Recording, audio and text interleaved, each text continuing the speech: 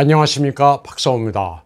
미국과 나토와의 관계가 예기치 않게 이전에 도널드 트럼프가 주장했던 것처럼 흘러가고 있습니다.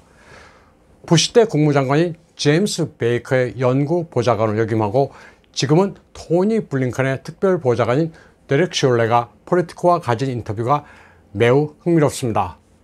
그는 나토가 미국의 그늘에서 보다 자유로워져야 한다면서 그러기 위해서는 국방비를 더 쓰고 미국 무기를 사야 한다고 말했습니다. 그는 유럽 국가들이 수년 동안 강한 군대를 가지겠다고 말만 하고 GDP에서 더 많은 부분을 국방비로 배정하지 않았기 때문에 나토와 미군의 수준 격차가 벌어졌다고 지적했습니다. 나토 회에서 유럽 각국의 국방장관들은 군사력을 강화하겠다고 떠들어놓고 자기 나라 의회나 정부를 설득시키지 못하고 있다고 말했습니다. 나토는 회원국들이 최소한 GDP의 2%는 국방비로 배정해야 하는데 현실은 그렇지 못하다는 지적입니다. 트럼프 행정부는 이런 나토 국가들을 무임승차다라면서 미국의 보호를 받을 자격이 없다고 맹비난한 적이 있습니다. 트럼프가 아메리카 퍼스트 입장을 취한 것과 같은 맥락입니다. 바이든은 트럼프만큼 나토나 유럽에 대해 노골적인 불만을 토로하지는 않고 있습니다. 하지만 나토에 대한 미국의 태도는 본질적으로는 같습니다. 트럼프가 아메리카 퍼스트라면 바이든은 America is back, 미국이 돌아왔다입니다. 바이든은 America is back이라고 했지만 그 행동은 레토릭과는 대조됩니다. 미국은 선택적으로 세계 무대에 복귀했다로 해석하면 됩니다. 트럼프를 두고 자국 중심이라고 비난했던 이들은 아마 바이든이 더 심하다고 여길 수밖에 없습니다. 이제 공짜는 없다는 게 바이든의 America is back입니다.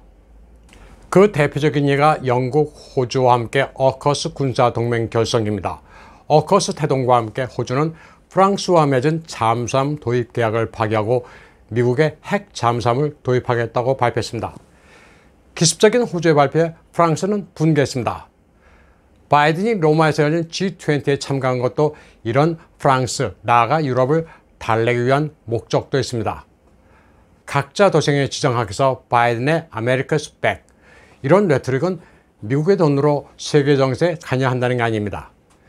미국의 무기를 사주고 자국을 지키기 위해 국방비를 늘리는 나라만 도와준다는 개념입니다.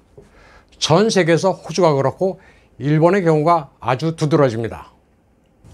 일본은 중공의 군사위협과 북한 핵미사일 같은 안보 상황에 대비하기 위해 7,700억 엔의 추가 경정 예산을 반영할 것으로 알려지고 있습니다. 이렇게 되면 5조 3,422억 엔 규모인 본 예산에 대해 6조 엔에 달하게 됩니다. 이는 2차 대전 이후 최대 규모로 지금까지는 GDP의 1%였지만 사상 처음으로 2%를 돌파할 것으로 예상됩니다. 니케이 등에 따르면 일본 방송은 안보 환경이 시급해서 초계기, 수송기, 기뢰 같은 장비의 취득 시점을 서두르기 위해 추경안의 구매 비용을 계상했습니다. 국방비로 GDP의 2%를 부담하는 국가가 별로 없는 나토와는 전혀 다른 게 일본입니다. 니온 게이자의 신문에 따르면 일본은 주일 미군 분담 비용과 관련해 미국의 증액 요구에 응하는 조정에도 들어갔습니다. 또 타이완도 미국과 협력해 중공에 맞서고 있습니다. 타이완은 11월 18일 차잉원 총통이 참석한 가운데 자2공공기에서 F-16V 전력화 행사를 가졌습니다. 타이완의 항공부문 방산업체 한샹이 록히드 마틴의 라이선스를 통해 업그레이드한 64대 F-16V를 과시했습니다.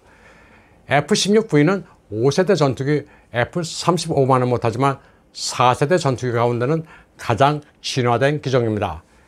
F-35와 데이터가 연동돼 합동으로 작전을 할 수가 있습니다.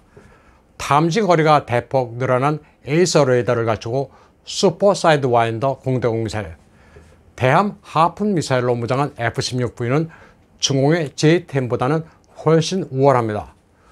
또 파일럿이 쳐다보기만 해도 목표물이 자동으로 조준되는 헬멧은 근접 공중전에서 위력적입니다. 타이완이 보유한 141대 F-16AB형 가운데 절반 정도가 F-16V로 성능이 강화됐습니다. 141대 업그레이드가 모두 완료되면 타이완은 추가로 66대 F-16V를 미국으로부터 직수입할 예정입니다. 미국과의 동맹 강화로 타이완은 아시아적 F-16 수리 보수 라이선스를 독점 보유하게 됐습니다. 또 아시아에서 가장 많은 F-16 보유국으로 떠오르게 됐습니다.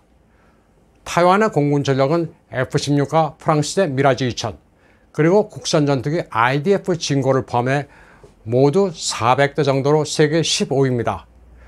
비록 1400대 전투기를 보유한 중공에 비해서는 수적으로 여세지만 그래도 맞서볼 만하다는 자신감을 가지고 있습니다. 차잉원 총통이 참석한 F-16V 전력화 행사에는 주 타이완 미국 대표부 대표 샌드라 우드커크도 동행했습니다. 차이 총통은 F-16V 전력화의 의미로 미국과의 동맹 강화, 항공산업 발전, 국방 전략 강화라는 세 가지를 언급했습니다. 여기서 미국 타이완 간 동맹을 첫 번째로 언급한 게 주목됩니다.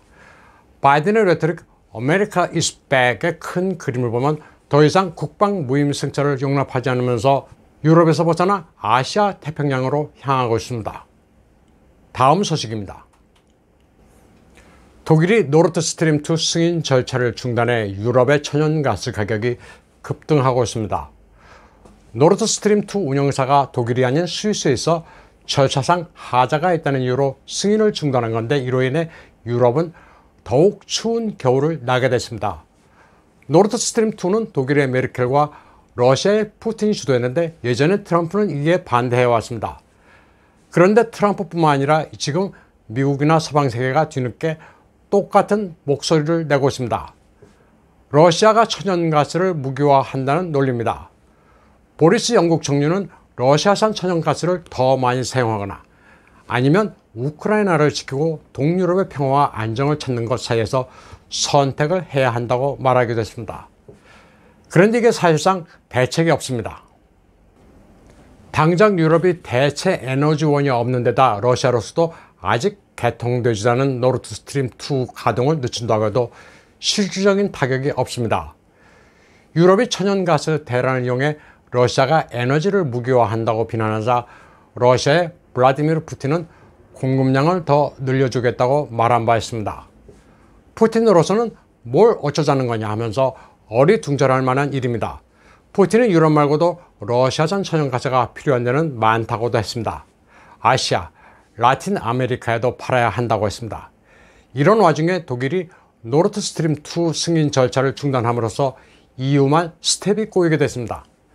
또 여기에 우크라이나가 적극적으로 개입한 사실이 밝혀지면서 긴장만 더하게 됐습니다. 우크라이나 외무장관 드미트리 쿨레바는 우크라이나 24 방송에서 독일의 노르드 스트림 2 승인 중단은 우크라이나가 로비를 한 결과라고 떠벌렸기 때문입니다. 그는 브라셀에서 EU 회원국들을 상대로 러시아의 노르드 스트림 2를 무산시키기 위해 힘썼다고 자랑했습니다.